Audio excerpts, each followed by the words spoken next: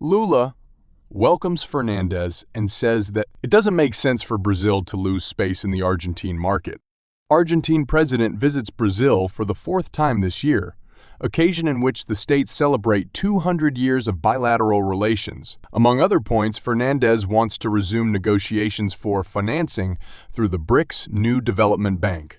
President Luiz Inácio Lula da Silva met this Monday with Argentine President Alberto Fernández and announced that he intends to launch a plan with almost 100 actions to resume a strategic alliance with Argentina during Fernández's fourth visit to Brazil this year.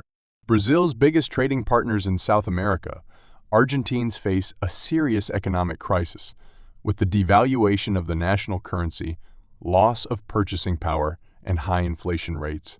The situation in Buenos Aires has worsened after the post-COVID-19 pandemic supply crisis, combined with a historic drought that affects grain crops in the country, further deepening the crisis and jeopardizing the targets agreed with the International Monetary Fund (IMF) to pay the expenses. Lula has articulated initiatives to help the neighboring country, mainly to avoid a drop in Brazilian exports. Last month in Japan, the president spoke with the Director General of the IMF, Kristalina Georgieva, about the economic situation in Argentina. In addition to seeking support from the BRICS, India, Brazil, Russia, India, China, and South Africa. The Brazilian president also stated that it doesn't make sense for Brazilian companies to lose space in the Argentine market and added that greater financial integration between the two countries is needed. We are working on the creation of a comprehensive line of financing for Brazilian exports to Argentina. It makes no sense that Brazil loses space in the Argentine market to other countries because they offer credit, and we do not, said Lula. The president also declared that he was very satisfied with the prospects of financing from the National Bank for Economic and Social Development for the construction of the Nestor Kirchner gas pipeline, named after the former Argentine president, a gas pipeline that will connect the Vaca Muerta gas field in Neuquén to the town of Saliqueo in the province of Buenos Aires. This Monday's state visit takes place at Lula's invitation in the context of the celebration of the 200th anniversary of diplomatic relations between the two countries. Argentina was the first country to recognize independence and establish relations with Brazil. According to Agência Brasil, the Brazilian government still attributes a strategic and priority character to relations with the neighboring country, a fundamental axis of Mercosur, the bloc formed by Brazil, Argentina, Paraguay, and Uruguay, and of the South American integration process. According to Ida Moratti, Argentina is Brazil's third main trading partner. In 2022, Brazilian exports to Argentina reached us $15.3 billion. Imports of Argentine products in turn reached us $13 billion. One more news. Journalism is not a crime. Experts criticize European press freedom law provides for spyware to be installed on journalists' phones in the name of national security.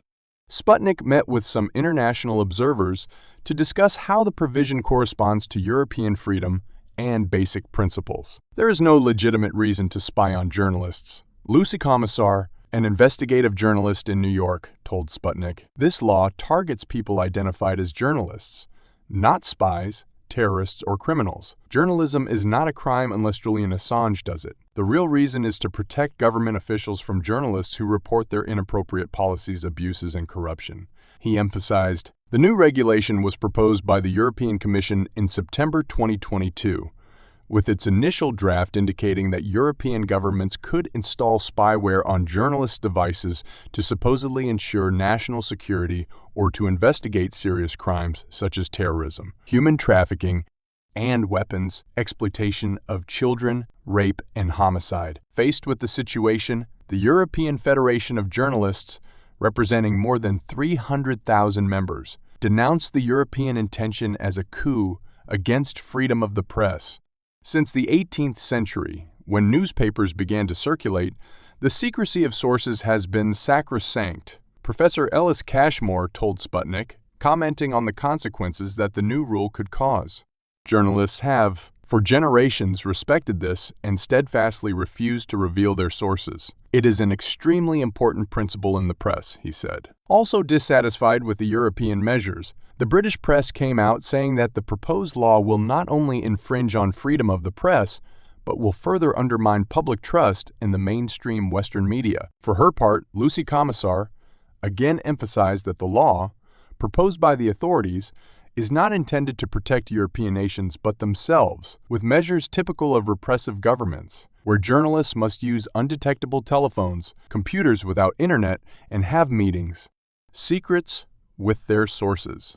Democracy is distorted when citizens are deprived of the information they need to make informed choices, warned Commissar. On several occasions, European governments have demonstrated their efforts to hide the truth in their respective countries, arresting journalists who try to show real facts, not just stories created to deceive the people, and blocking information that does not satisfy their governments or that may compromise them. One more news.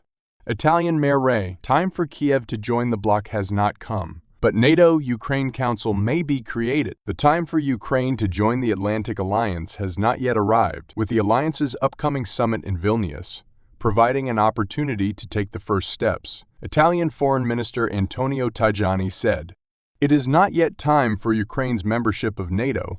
Peace must first be achieved, but the first steps toward membership can already be taken at the Atlantic Alliance Summit to be held in Vilnius in July, allowing the creation of a NATO-Ukraine Council, which Italy strongly supports," he said in an interview with La Stampa. Speaking of support for Kiev, Tajani stressed that Italy would continue as long as its independence is in danger, and if necessary, armament. At the same time, the minister noted Italy's contribution to Ukraine's recovery, in particular, sending about 100 tons of electrical materials.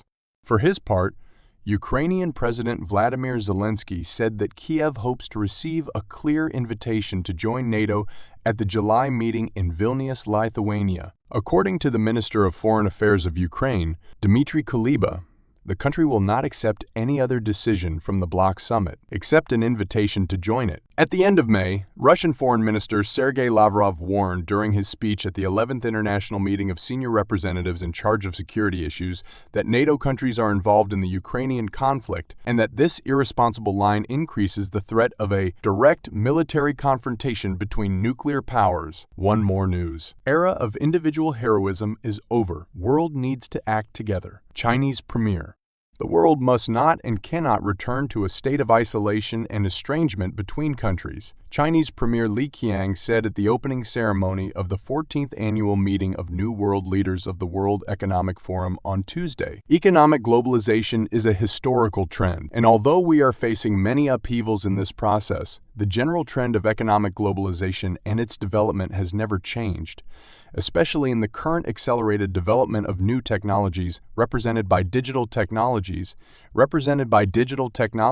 and artificial intelligence, which have created more favorable conditions for economic globalization, said Li Qiang. In addition, the Chinese premier stressed that the world must not and cannot return to a state of isolation and remoteness. We must ride the tides of the times, build more consensus on development, and steadily build an open world economy. We strongly oppose the artificial politicization of trade and economic issues, added the politician. However, he stressed the need to jointly protect the security, stability, and continuity of global production chains and supply chains so that the fruits of economic globalization can benefit different countries and different groups of people more equitably. Thus, the Chinese politician declared that the era of individual heroism has passed. In the face of numerous and serious global challenges for humanity, it is necessary to act together, and noted that in the past 3 years, all countries in the world have made enormous efforts to face the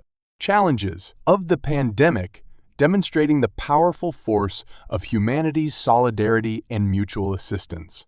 He added that people's destinies are closely linked, so it is necessary to continue to develop the concept of mutually beneficial cooperation, work together to solve global problems, and promote the progress of human civilization.